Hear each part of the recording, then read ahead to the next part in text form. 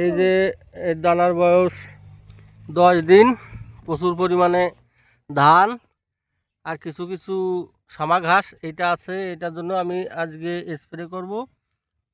এই যে দানার বয়স 10 দিনে এইরকম দানার সাইজ।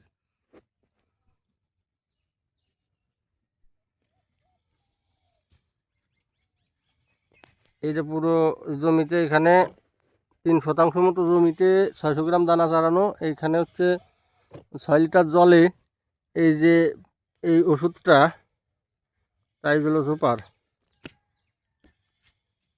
এই যে তাইজোলো সুপার, এই যে কুইজালো প্রি ইথাইল 50%, এই ওষুধটা স্প্রে করব। এই ওষুধটা এই কুইজালো প্রি ইথাইল গ্রুপের যে কোনো ওষুধ হলেই হয়, ধান সময় ভালো কাজ করে।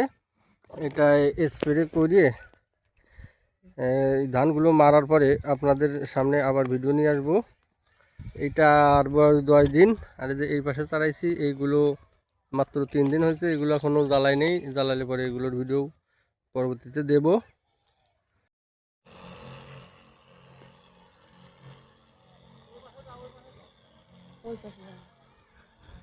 কালকে আগামীকাল এই জমিতে সেচ দিয়ে দেব, তাহলে সব ধান এই যে আগাছা যেগুলো আছে সামা আর এই যে ধান এইগুলো সব মারা যাবে, শুধু দানা থাকবে। তারপরে আবার আপনাদের দেখাবো এইগুলা কেমন কি রেজাল্ট হলো।